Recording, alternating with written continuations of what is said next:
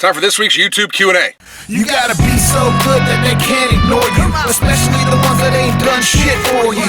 Yeah, you know exactly what I mean. They stab you in the back and then they ask why you're bleeding. I don't trust words, I trust actions. I don't care what you heard, I'm not slacking. Basically, the way this is working is every Wednesday night I'm going to post a picture onto my Instagram, and I'll take the first 10 questions from there that are viable. Like I had one this week that was funny, but was if I eat myself will I eventually disappear. I thought it was hysterical, but I'm not going to answer that question. But but laugh points, no shit, dude. But the way it's going to work is the first 10 questions that are viable, I'll answer the next day or the day after in a video, depending on logistics, travel, clients, all sorts of shit. This week, I got 10 pretty quick again. So the first one comes from Austin44 Herzog. His question is, what 5 essentials do I need for strength training in my diet? I'm a pescatarian, so the first thing would be fish. And when I mean fish, shrimp, salmon, cod, flounder, tilapia, haddock. I've been eating a lot of haddock lately because it's like a meatier fish and you can actually make piccata out of it and stuff like that. We're just going to count, so the protein, obviously the fish is one. Protein powders, I've been using a lot of MTS Whey just because it goes great in with another one of the things, which is oatmeal, some sort of morning whole grain or oat. So that's 2 right there, but any kind of protein powder would do. I just think the flavors go well, especially the apple pie. The apple pie is just insane, people. And it mixes well with oatmeal. That's what I like. But I also have like 3 other kinds of protein powder in my house. I have a vegan protein powder for the rest of my family and myself to use sometimes. It makes great shakes out of, especially when there's berries involved. You know, Walmart brand proteins. I'm not discriminate against protein as long as it hasn't been shown to be from a company that protein spikes like amino acid spikes and stuff like that. I mentioned the morning grain, so that's either grits or oatmeal, but I really prefer steel cut oats, steel cut oatmeal to anything. A good healthy fat. I eat every fucking day. Walnuts carry a lot of the omega-3 and omega-6 fatty acids that you need. I eat about 45 grams, which is about a quarter cup of walnuts every single day, normally in my first meal. When I say breakfast, that's normally noon for me. I eat between noon and 8, and I don't intermittent fast. I've said this before. I don't intermittent fast because I think there's some magical properties to it, although there's a few studies out there that's showing that it might be able to have some benefits for people with growth hormone levels and for gaining lean muscle mass while burning fat. I mainly do it to restrict calories because I spent 25 years trying to bulk up and feeding my face. It is my way of literally skipping 1,000 calories a day to manage my calories. That's it. That and I work out better in the mornings on an empty stomach, and I also just prefer kind of black coffee in the morning, which I actually have some black coffee with me right now. Next, so far we have the protein powder. We have our whole grain in the morning. We have walnuts, something like that. And then from there, it would be any pretty much vegetable. I love broccoli. I love squash. I love salads. Those sorts of things. Those are essentials. Do I eat other stuff? Absolutely. But those are just the essentials. I just absolutely love the names you see on YouTube and Facebook sometimes. They're hysterical. This one comes from McFeelme. McFeelme wants to know, any advice on getting really good conditioning training to become a pro wrestler?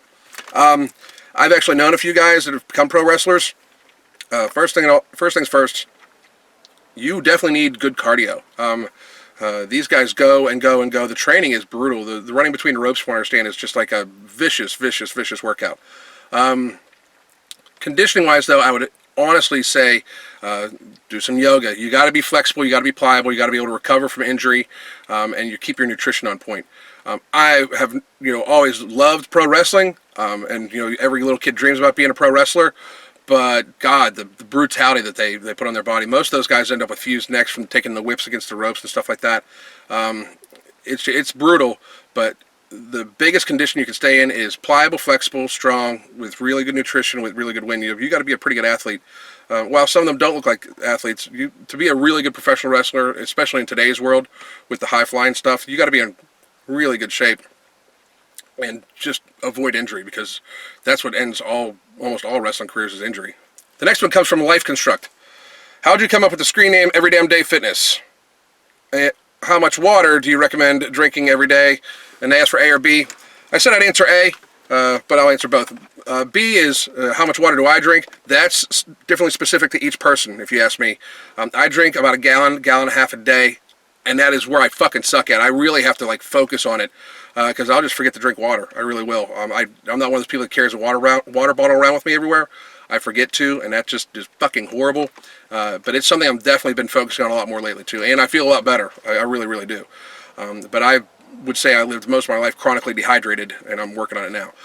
As for the every damn day fitness, it came through a conversation. I even did a video about it, but it came through a conversation where I was talking to a friend who was asking me to help them get in shape. And I explained to them my daily routine, how I do yoga on some days, how I, this is the day I prep, cook, and everything like that. And they said, man, that's every day. And I was like, yeah. And they said, do I have to do something every day? I was like, yeah, every damn day. If you want to be fit, you don't need to go to the gym necessarily every day. You don't need to, do a serious workout every day. But every damn day, you need to worry about your fitness. That's just how it is. It's not something you can just set on a shelf and leave it there and think it's going to be okay. You can't work out 5 days a week and watch your nutrition 5 days a week and then lay down and eat, 3,000 extra calories for the weekend and expect to be fit. It's just not how it works. So, the next one comes from El Felipe Impasimo. I think I got the name right. I hope so, dude. In that case, it's because he asked something a little crazy. What do you say to fitness models who complain about thirsty comments or DMs? You know what? Being in the public eye is fucking weird. It's new to me too. You receive some crazy fucking shit. I ignore a lot of it. Like, I really do. Like, if it's just, hey, want to talk, I don't even answer it. Most of the time I block that person because that's not why I'm on social media. But for the fitness models, I mean, it's got to be even tough because they're actually good looking, whereas I'm pretty fucking ugly. And they market themselves to look good. So that's got to be tough because I bet you they get just a fucking shit ton. It wouldn't surprise me if most of them had social media managers anyway who'd kind of filter through that shit. Filter through a lot of them like a second person who watches their accounts. And if you get really, really popular, that would be my suggestion to any fitness model somebody that makes their money off their looks is to get a social media manager to just watch over that shit. But, dealing with stuff like that, it's the same thing as dealing with the mean comments. You can't take it to heart. You can't necessarily take it to the point where it's actually going to affect you because realistically, it's an anonymous person reaching out to you via the internet. They could be anybody, and that's how you view it as. That's just that's how I see it. That's my advice to them. Not that I'm ever going to have to worry about stuff like that, but because I will not be a fitness model, that's for goddamn sure. Let's see, the next one comes from God Dang It Bobby. I think God Dang It Bobby has got one last week too, but God Dang It Bobby, what's your opinion on Jay Cutler, and does he motivate you in any way or form? I've heard he's a really nice guy. I honestly don't know much about him. Bodybuilding is not really my thing. I know many bodybuilders, and they love him. From what I hear, he's a pretty decent guy. He seems to be very, very intelligent. And while I'm sure there was a lot of steroids, where I think he's even admitted now, he obviously pushed himself seriously hard in the gym. He knows what the fuck he's doing really, really well. And one thing I can say about him and all of them is the amount of food that they force themselves to eat is just a feat all in itself. So he doesn't really motivate me because I'm not really into that portion, but I hear he's a great guy. The next one comes from Loyal Guard Canacorso. Loyal Guard Canacorso says, can you have a beer or two after a long, hard day of working out? I love beer, and I love moonshine. I love whiskey. I love it. It's not just like a physical thing. It's a true emotional attachment that I have with beer and whiskey, especially like moonshine and really good whiskey. I love Jim Beam. I don't drink it, but maybe once a month I'll have a few beers when I'm out to dinner, or and only if I cab, or Uber. But I'll have a few drinks when I'm out, and maybe I'll have a whiskey to sip on, like a big glass of whiskey to sip on, if I'm reading or something like that, at home on the weekends. Rarely. When I was younger, yeah, I drank beer damn near daily, whiskey a couple times a week. I ran nightclubs for a while, and very honestly, it was part of the fucking job almost. But can you do it and maintain health? That depends. Like, if you're on a seriously strict diet where you want to get shredded and ripped for a stage, I've never done that, but from what I understand, no, you can't. It can't be done. Hang on, I'm going to open this up here. a little light on the subject because it's getting dark because it's snowing in fucking Pittsburgh again. But from what I understand, you can't necessarily do that and have it be successful. You know, in my mind, that's one of the reasons why I wouldn't. Can I have a beer on the weekends now? I'm going to StyleCon here tomorrow, so I'll be having a few beers for fucking sure tomorrow night. The next one comes from McKinney603, and he asks, if you had a choice of pre-workout, excluding the one you mix yourself, which would it be and why?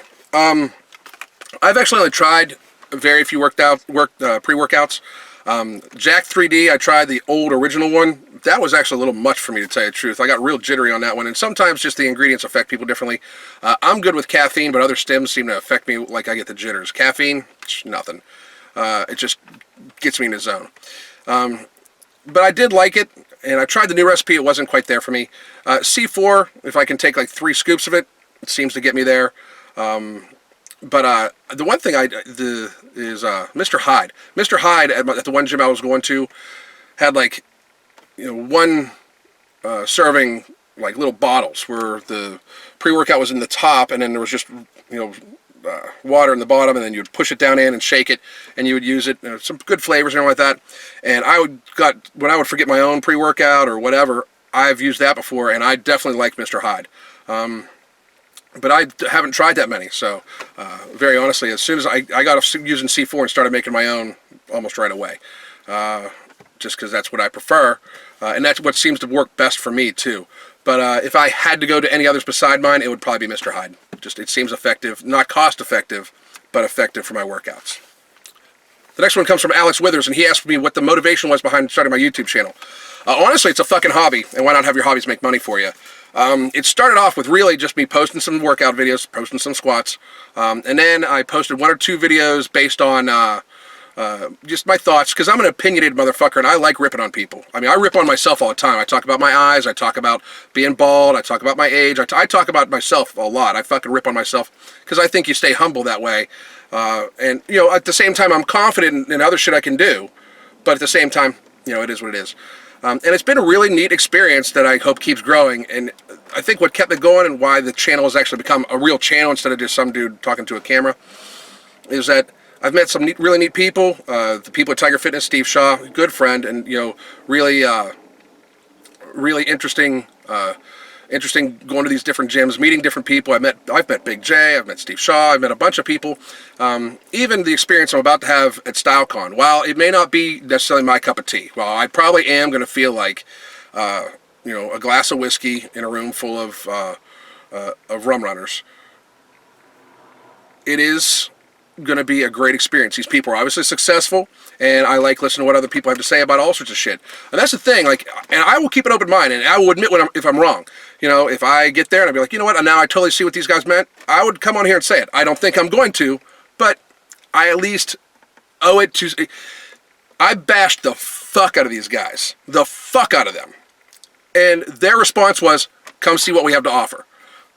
Shit, you know, I mean, even if I leave there and I still think they're complete fucking assholes, first of all, what a fucking experience. But 2, I gotta respect the fact that they're like, okay, well, if you don't like us, come see what we have to say first. That's fucking straight up. I appreciate that shit. At the very fucking least, I respect all fucking 3 of these guys for inviting me to their event after the shit I've fucking said about them, that I've fucking meant too. But the shit I've said, I respect them for that. So they gained a little bit of respect that way. Does that mean any fucking thing would change if they would put out a fucking fucked up nutritional video or something like that? No, I'd fucking rip it apart. But it's just a fucking cool experience, you know? It comes with its downsides, you know, the fucking trolls, the mean shit. People were trying to fucking hack my accounts last night because, you know, the fictional patterns guys are fucking pissed, trying to hack my shit, fake accounts, you know, all that shit, blah, blah, blah. It comes with some downsides, but that shit can be funny too, as long as you don't take yourself too fucking seriously. So, the next one comes from Diego XO. And he asks, what advice would you give teens when starting their lifting careers? The best advice I can give teens, and I really try hard not to give too much like technical lifting advice to anybody online because it can misconstrued the wrong way. I believe that stuff should be more for a one-on-one purpose type thing, or nutritional advice for that matter. But my best advice to any teen starting out is make sure you adhere to really good form, period. Avoid the ego lift.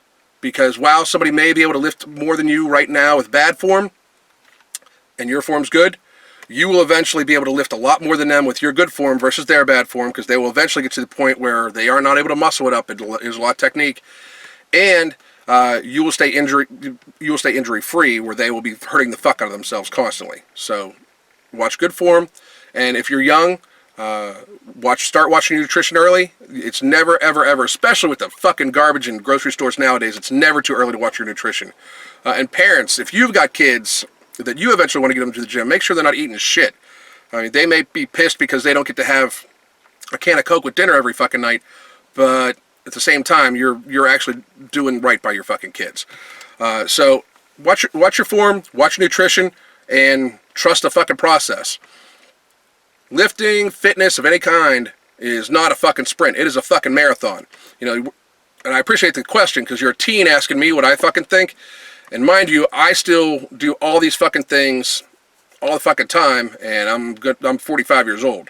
So I fucking really, really, really believe in it's a fucking process. It's a long fucking time. It is not something you just fucking do. It is a fucking lifestyle, and you need to live it.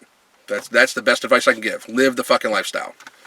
So the last one comes from JWills007, and he asks, the Blaha 5x5. I know you don't rate him, but his routine, ? Okay, just to be fucking clear, this is not going to be aimed at you, dude. I'm just going to answer your question. That's not his fucking routine, okay? The 5x5 has been around for fucking decades. He just added some fucking fluff to it, all right? The 5x5 I have fucking used way in the past. I like it. It is a good structure that just about every power lifter, every real lifter is going to use at some point in time because it's based on linear progression. Okay, so it is a good lift. It is a good program with good lifts, obviously, because many fucking people use it. The thing that actually pisses me off is that he calls it Jason Blaha's 5x5 program, and that's fucking bullshit because it's just not. Just because I don't rate him, which is the words you use, doesn't mean that I ignore shit. Like, I mean, if I don't like the person, but they have valued content, I'll admit they have valued content. That's the fucking truth. Straight the fuck up. There's many fucking lifters on YouTube, and I mean fucking many. More than that I like, but there's many that I don't fucking like, who I will look at their shit, and I'm like, you know what, at least they fucking know what they're doing that way. You know, they're not putting garbage out. I may not like their personality or anything like that, but I trust the fact that they can fucking put good content out and they are actual lifters. This motherfucker's not. My biggest problem with him, and it will always fucking be, is that he is a fucking lying valor stealer. He fucking claimed that, and I know he's taken the fucking video down, but the fucking Clinton Years video, if you've never fucking seen it, look it the fuck up. And if you have any fucking question about him being a fucking punk-ass motherfucking liar, that should fucking answer your question. You know, his entire past is fabricated, so therefore you can't believe anything that comes out of his mouth. Well, the fucking problem with that is he's giving nutritional and physical advice. And while that advice may be sound because he gets it straight the fuck off of Google, like literally right the fuck off of Google, so that information may be sound, because he's such a bullshit fucking liar about every fucking thing else in his fucking life, about being a mercenary, about being black belt, about fucking reverse grip bench pressing 500 pounds, all that bullshit. Because he lies so much about that other shit, actual true information could get lost or not believed because it comes out of his lying sack of shit mouth, and therefore discredited by him merely fucking saying it because he's such a sack of fucking shit. And that's my fucking problem with Jason Blaha. That's my problem with the Blaha 5x5, is because his name's fucking attached to it, and he's a fucking cancer. He's a punk ass bitch. I mean, that's the fucking end of it. He's a lying sack of shit who, should not be seen in any way as fucking credible. And the problem with that is he should not be seen as any way as credible, and he's given nutritional advice that sometimes is actually fucking true. Sometimes his advice is just, like I said, read off of fucking Google and should be taken seriously, but because he's such a punk-ass liar, people are going to fucking dismiss it. And that's not good for anybody. And he knows, I'm sure that motherfucker knows that he's viewed as a fucking complete idiot, moron, fucking liar. He's just total bullshit, and I've had people even reach out to me lately and be like, well, how do you know this isn't true, or that isn't true, or, he just hates the supplement industry. People, trust on this. Trust me on this. Trust. He does not hate the fucking supplement industry. He doesn't fucking hate it. He's mad he can't be in it. Believe that. Believe that. Jason Blaha does not hate the fucking supplement industry. He hates that he can't be in it. Because he's fucking lied so fucking hard, he got himself tied into a fucking corner, and now he has to act like this fucking crusader against the industry that he was dying to fucking be in. That's the fucking truth. This motherfucker wanted to be in the supplement industry and wanted to be friends with all these fucking dudes so fucking bad that he had to fucking make up a fucking past history of himself to sound more fucking credible, to sound more like a fucking tough guy. And when it came out, they all went, "You're a fucking liar." And now he's pissed because he wanted his fucking seat at the fucking table. He wanted to be in the supplement industry. He wanted his fucking seat there. And now he can't fucking have it. So now he's just gonna fucking make money any way he can. Fucking 15-minute videos, 4 or 5 a fucking day, just to fucking try to make some YouTube bucks. Fucking pathetic ass motherfucker. So again, I'm going to do this every week. Keep your eye on my Instagram because I'm going to be posting more stuff there also besides the question portion of the YouTube Q&A for the week. I'm going to be posting more stuff up, like who do you guys want me to do a YouTube review on? What do you think about this? What do you think about that? And the people that answer questions in there, I'm going to put on YouTube and give my fucking thoughts on. So anyway, this is Alan Roberts, Every Damn Day Fitness. Like and subscribe. Hit me up on Instagram at Every Damn Day Fitness. Hit me up on Twitter at Every Damn Day Fit. I'm also on Facebook at Every Damn Day Fitness. God damn.